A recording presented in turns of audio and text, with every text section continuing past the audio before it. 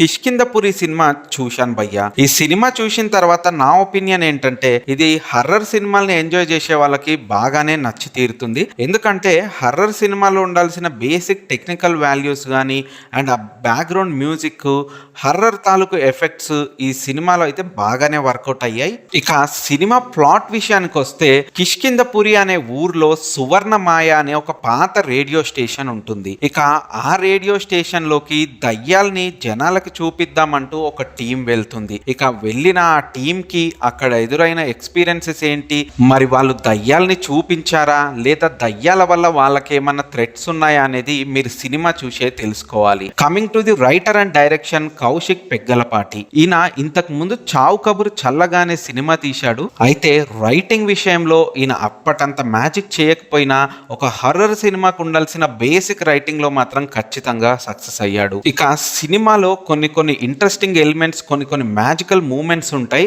అవి మీరు సినిమా చూస్తేనే బాగా ఎంజాయ్ చేస్తారు. ఓవరాల్ గా కిష్కింధపురి సినిమా గురించి ఒక్క మాటలో చెప్పాలంటే ఇది హర్రర్ సినిమాలను ఎంజాయ్ చేసే వాళ్ళకి చాలా బాగా నచ్చుతుంది. అండ్ ఫ్యామిలీ ఆడియన్స్ వెళ్ళొచ్చు, కాకపోతే పిల్లల్ని అవాయిడ్ చేస్తే బెటర్. ఇది సినిమా పైన నా ఒపీనియన్. మీరు గనక ఈ సినిమాని చూసుంటే మీకేమనిపించిందో కింద కామెంట్ బాక్స్ లో కామెంట్ చేయండి.